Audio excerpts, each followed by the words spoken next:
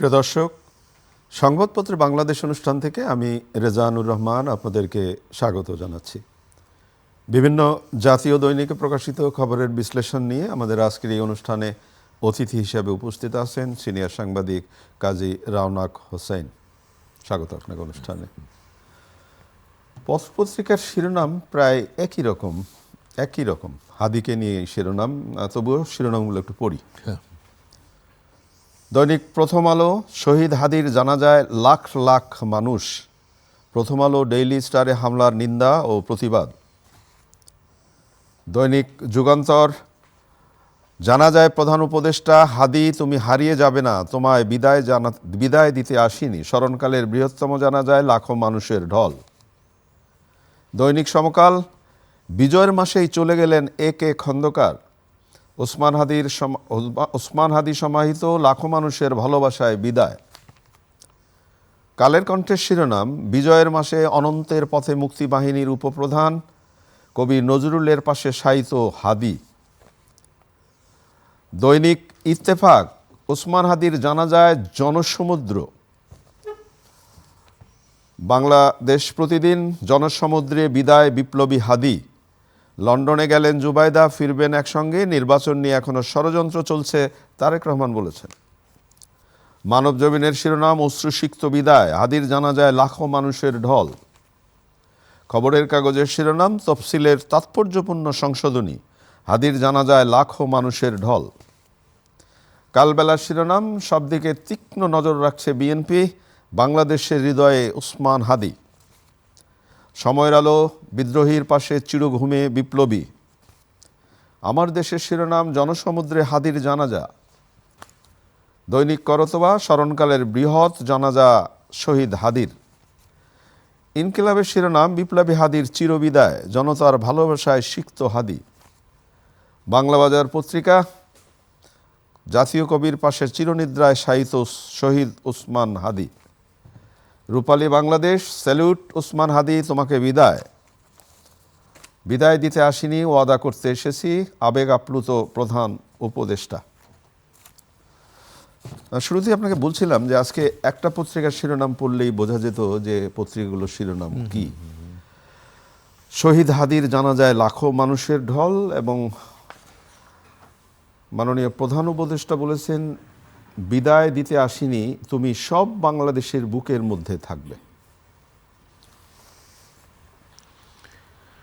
আসলে অত্যন্ত হৃদয় বিদারক একটা ঘটনা এক সপ্তাহ আগে ঘটেছে, সেটারই ফলো আপে এইটা এসছে। এখন প্রধান উপদেষ্টা যেটা বলেছেন ঠিকই বলেছেন, এবং জানা যায় লোক সমাগম দেখে বোঝা যায় যে আসলে কি পরিমাণ লোক হয়েছে। এখন এর ভিতরে হয়তো বা কিছু অনলুকার্সও থাকতে পারে, কিন্তু বেশিরভাগ লোকই আসলে হাদিকে ভালোবেসে বা হাদির কথা চিন্তা করে গেছে। আমাদের এখানে যেটা আমি লক্ষ্য করছি, কোনো কিছু একটা পেলে সেটাকে নিয়ে এত বেশি নাড়াচাড়া হয়, এবং পরবর্তীতে আবার এর চাইতে বড় কিছু একটা ঘটার পরে আগেরটা একদম মুছে যায়, কোনো চিহ্নই থাকে না।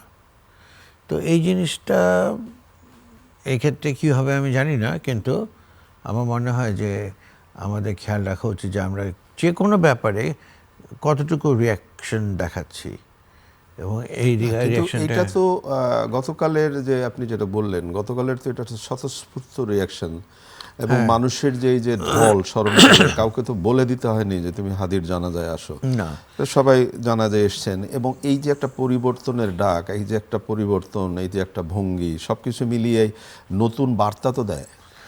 অবশ্যই নতুন বার্তা দেয়, কিন্তু এই বার্তাটা কতটা কার্যকর হবে সেটা হলো প্রশ্ন। যেমন আমি আপনাকে বলি, হাদি অত্যন্ত বিপ্লবী ছিল, স্বাধীন চেতা ছিল। সে শিল্প সংস্কৃতির বিকাশে কঠোর ভূমিকা রাখতে চেয়েছিল, এবং সেটা সে বারংবার তার আলাপ আলোচনায় বলেছে, তার বক্তৃতায় বলেছে যে একটি দেশ এই শিল্প সংস্কৃতির উপরে নির্ভর করে। কিন্তু হাদি কি এটা চেয়েছিল যে তার মৃত্যুর পরে যে বিক্ষোভটা অন্য ধরনের অন্য হবে। ধরনের হয়ে গেল। হ্যাঁ, এবং দেখেন যে ছায়ানট এদেশের সংস্কৃতির আতুরঘর, এবং এখানে যেইভাবে সংস্কৃতি চর্চা করা হয় সেটা আমাদের গর্বের।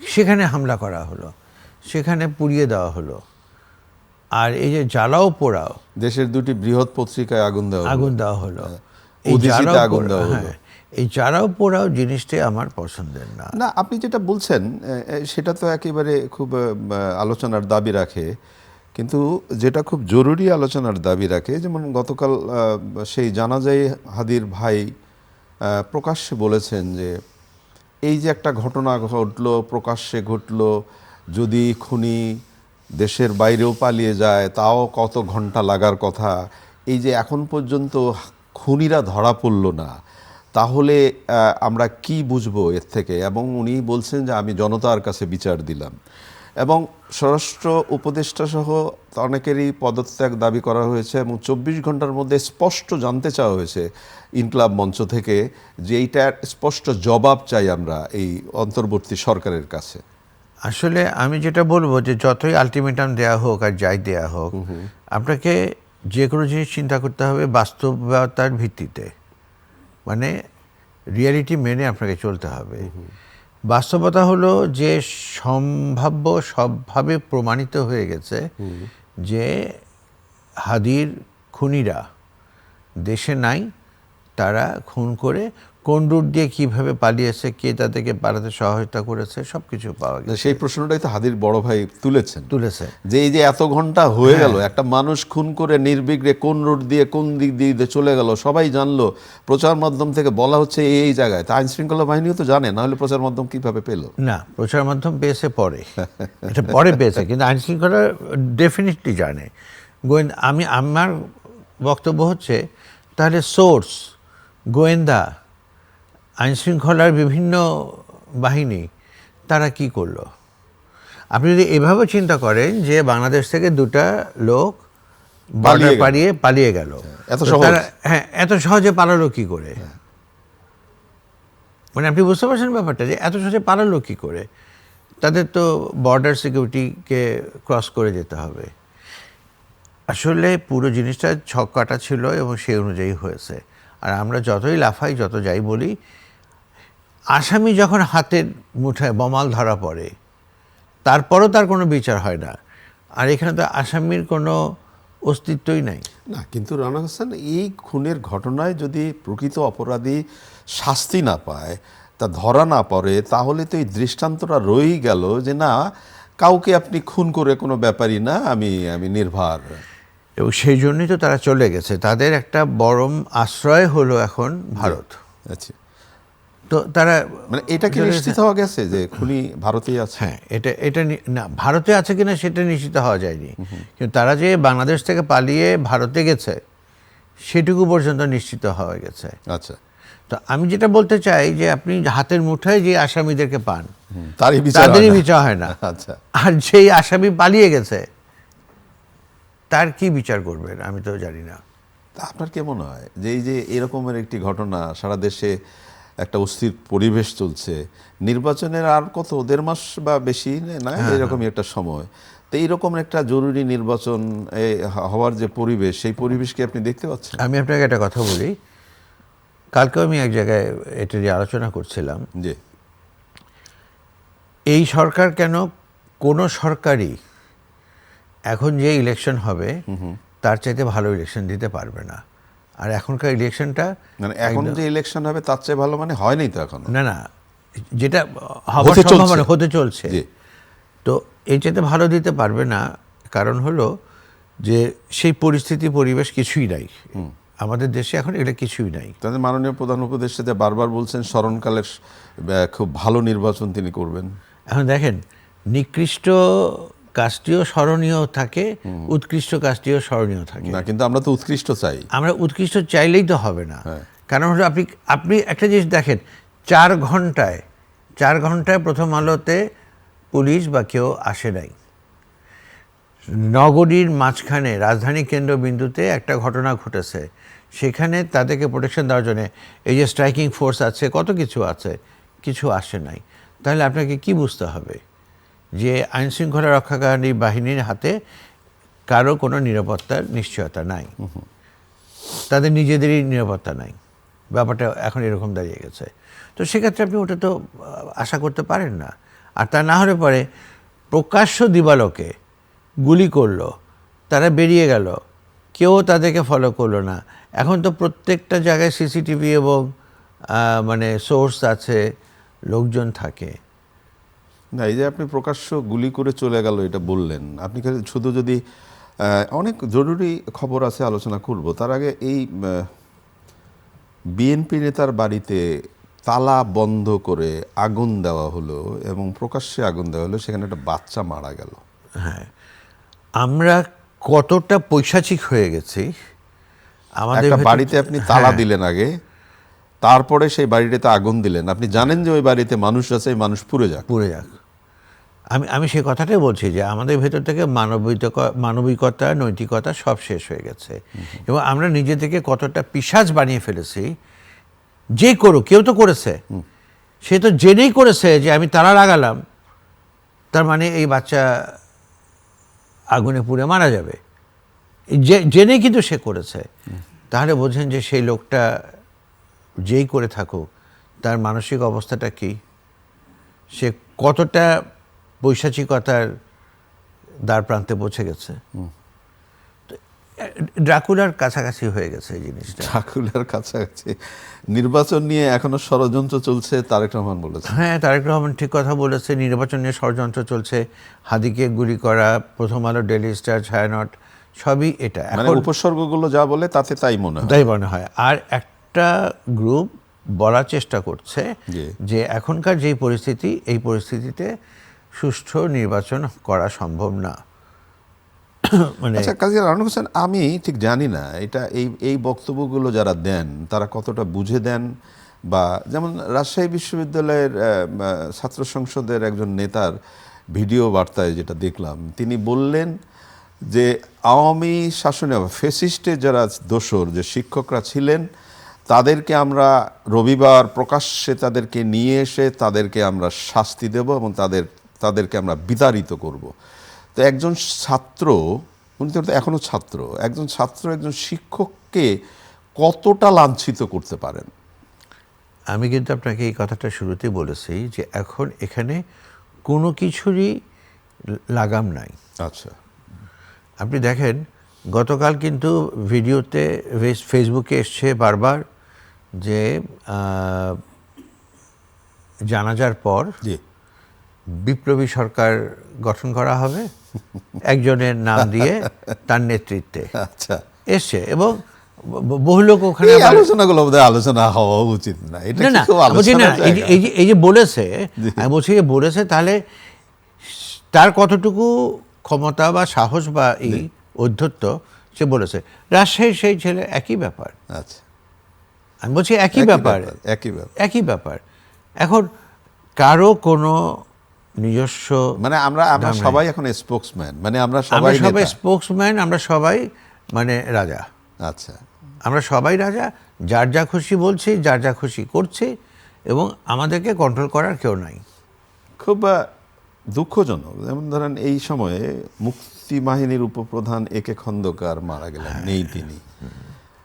এবং হয় না, অনেক বড় খবরের ভিড়ে একটা ছোট খবর যেন কেমন একটু মিলান হয়ে যায়, অথচ এই খবরটি তো অনেক বড় খবর। হ্যাঁ, উনি সেক্টর কমান্ডার ছিলেন এবং মুক্তিবাহিনীর উপপ্রধান ছিলেন। মুশকিল হয়ে গেছে কি, এখন এমন একটা অবস্থা দাঁড়িয়েছে, এখন তো মুক্তিযুদ্ধ, মুক্তিবাহিনী এগুলোরই তো মানে বলাটাই মুশকিল। তা সেখানে তো এটা কি। তবে আমি ব্যক্তিগতভাবে ওনাকে চিনতাম, ওনার ছেলেকেও চিনতাম। অত্যন্ত সৎ এবং ভালো একজন মানুষ ছিলেন। আর আমাদের দেশে যত কথাই বলেন না কেন, এক সরকার এলে বলবে যে এ খুব সৎ, আরেক সরকার আসলে বলবে যে এ ছিল দোসর এবং খারাপ। কিন্তু মুক্তিযুদ্ধ তো শেকড়, ওই শেকড়টাই ভুলে যাচ্ছে এখন। এবং শেকড়টা, একটা গাছের যদি শেকড় না থাকে তাহলে গাছটার কি হয়? গাছটা একসময় মরে যায়, বিবর্ণ হয়। এবং এখানেও তাই। আমাদের মুক্তিযুদ্ধের সব কিছুই এখন মানে প্রশ্নবিদ্ধ করে ফেলছে, যেটা হওয়া উচিত না। মুক্তিযুদ্ধ যদি প্রশ্নবিদ্ধ হয় তাহলে দেশের কি থাকে? কিছুই থাকে না। জানি না সময় কি বলে। সুদানে নিহত 6 শান্তিরক্ষীর মরদেহ দেশে ফিরছে, আজকে দাফন হবে। এই খবরটাও দেখেন অনেক বড় খবরের মধ্যে, এই খবরটাও খুব একটা জায়গা পায়নি, কিন্তু এটা তো মানুষের অন্তরই আছে। আচ্ছা, এটা কি আজকে ফিরছে না? ফিরেছে, আজকে দাফন হবে। আজকে দাফন, হ্যাঁ, আমি তাই বলছি যে আমি কালকে দেখলাম যে এটা ফিরেছে, সেটাই দেখেছি। এখন এই সমস্ত জিনিসগুলোর চাইতে গরম গরম খবর, কোথায় আগুন দিল, কোথায় কি দিল, এটাই মেইন। তার মানে ওই যে বলে না সংবাদপত্রের কোনো ভাষায়, bad news is good news, bad news is always good news. মানে একটা কুকুর একটা মানুষকে কামড়েছে, এটা নিউজ না। মানুষ কুকুরে কামড়ালে তখন নিউজ। সেটা কি বড় নিউজ। হ্যাঁ। আচ্ছা রওনক হোসেন, আপনার সাথে কথা বললে যেহেতু সময়টা পাওয়া গেল, একটা বিষয় আপনার সাথে জানতে চাই। ছায়ানটে হামলা হলো, উদীচীতে হামলা হলো, সংস্কৃতি কর্মীদের উপরে নানা ধরনের চলছে। এই জন্য আপনার কাছে প্রশ্ন করছি, যেহেতু আপনি একটি পত্রিকা চালান সারগাম, এবং এটা সঙ্গীতের জন্য একটা গুরুত্বপূর্ণ পত্রিকা, তো সব কিছু মিলিয়ে এই যে সাংস্কৃতিক আন্দোলন বা সাংস্কৃতিক, যেটা আমাদের নিজস্ব সংস্কৃতির মানে উৎসব বা আমাদের ঐতিহ্য বা অহংকার, সেই জায়গাটা বোধ করি এখন এই শীতেও ম্লান কেন? প্রচণ্ড রকম ম্লান, কারণ কেউ সাহস পাচ্ছে না। মানে সাহসের দরকার এই জায়গায়। হ্যাঁ, অবশ্যই। মানে আপনি গান গাইবেন, তার জন্য সাহস দরকার। আচ্ছা, গান গাওয়া যাবে না, আপনি গান গাইতে গেলেন, আপনাকে অপমান অপদস্থ করে ছেড়ে দিল। আমি আপনাকে বলি, একটা বিশেষ চক্র সুনির্দিষ্টভাবে এই দেশ থেকে শিল্প সংস্কৃতির চর্চাটাকে সরিয়ে দিতে চাচ্ছে, মুছে দিতে চাচ্ছে। তার কারণ হলো যে একটা দেশ বা একটা জাতি নির্ভর করে সে দেশের সংস্কৃতির উপরে। সংস্কৃতিটাকে যদি বিলুপ্ত করে দেওয়া যায়, তাহলে তারা ওই দেশে কিছু থাকবে না। শিক্ষা তো শেষ করে দিয়েছে। এখন যা একটু একটু আছে, নিভু করছে, সেটাও যদি এভাবেই করে ফেলে, তাদের কিছু করার থাকে না, এবং ওটাই টার্গেট। আর আনফর্চুনেটলি আমাদের অন্তর্বর্তীকালীন সরকারের মানে কি বলবো, সংশ্লিষ্ট উপদেষ্টা, সংশ্লিষ্ট উপদেষ্টা কি দেখেন কি বোঝেন জানি না। শিল্পকলা একাডেমিতে সমস্ত মানে কালচারাল অ্যাক্টিভিটিস বন্ধ এই 6 ঘটনার পর। তো আমার কথা হলো, গতকাল আবার খুলে দিয়েছে বোধহয়, গতকাল খুলে দিয়েছে, হয়তো বা খুলে দিয়েছে, মানে ওটা সমালোচিত হওয়ার পরে খুলে দিয়েছে। তো এখন আমার কথা হলো যে একটা গোষ্ঠী এরকম আক্রমণ করবে, এই দেশটা হলো আউল বাউল ফকিরের দেশ। যুগ যুগ ধরে ঐতিহাসিকভাবে আমরা কিন্তু এই গান বাজনা এটার সাথে, অশ্লীল গানের কথা আমি বলবো না, সেটা আপনারা বাধা দেন, কিন্তু শুদ্ধ গান মানে ভাটিয়ালি গান, লোকসঙ্গীত, বাউল গান, এটার উপরে আপনি যেটা বলতে চাইছেন যে আমাদের সংস্কৃতির যে ঐতিহ্য রয়েছে, সেই ঐতিহ্যের জায়গায় যদি আমরা একটু আঘাত করি বা এটা করা যাবে না, ওটা করা যাবে না, তাহলে করা যাবে এটা কি? এটাই হচ্ছে কথা। তার মানে হচ্ছে যে ধরেন যে শুদ্ধ চর্চা, শুদ্ধ বাংলা সঙ্গীতের চর্চা, এটা আপনি বন্ধ করে দিতে চাচ্ছেন।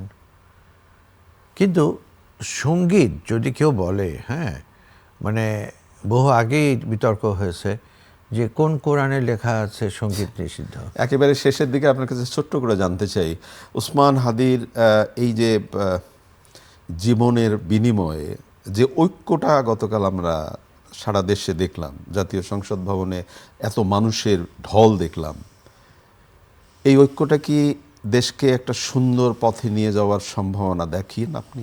আমি আপনাকে বলি, আপনি এটাকে ঐক্য বলছেন। জি। আমি এটাকে ঐক্য বলবো না। তাহলে এতগুলো মানুষ কারা? মানুষ গেছে, অনলুকার্স গেছে, নানানজন গেছে। ঠিক এ ধরনের আরেকটা জানাজা আমরা দেখেছিলাম শহীদ প্রেসিডেন্ট জিয়াউর রহমানের। আমি সাংবাদিক হিসেবে সেই জানাজা কভার করেছি। ওটাও স্বতঃস্ফূর্ত ছিল। এখন হাদির প্রতি যে কোনো কারণে হোক না কেন, একটা সফট কর্নার সবার হৃদয়ে এসছে। কারণ একটা জলজান্ত ইয়াং ছেলেকে এরকম গুলি করে মেরেছে পয়েন্ট ব্ল্যাঙ্ক, সেই কারণে অনেকেই গেছে আসছে। কিন্তু আপনি কোনো কারণে মনে করবেন না যে কালকে যদি আবার কোনো একটা ডাক দেওয়া হয় এত লোক আসবে, নেভার। আমরা এত বেশি বিভাজিত, এটার কিছু করার নাই। তাহলে কি আপনি হতাশা ব্যক্ত করছেন? আমি হতাশা ব্যক্ত করতে চাচ্ছি না, আবার আশারও আলো দেখি না। আমি শুধু চাই যে আমরা যেন দেশটাকে ভালোবেসে দেশটাকে ভালো পথে নিতে পারি। অনেক অনেক ধন্যবাদ আপনাকে। প্রিয় দর্শক, আমাদের প্রিয় অতিথি যে কথাটি যেটা বললেন শেষে, দেশটাকে যেন আমরা ভালো পথে ঐক্যবদ্ধভাবে ভালো পথে নিতে পারি, সেটাই আমাদের প্রত্যাশা। ভালো থাকবেন। আগামীকাল নিশ্চয়ই এই সময় আবার কথা হবে। খোদা হাফেজ।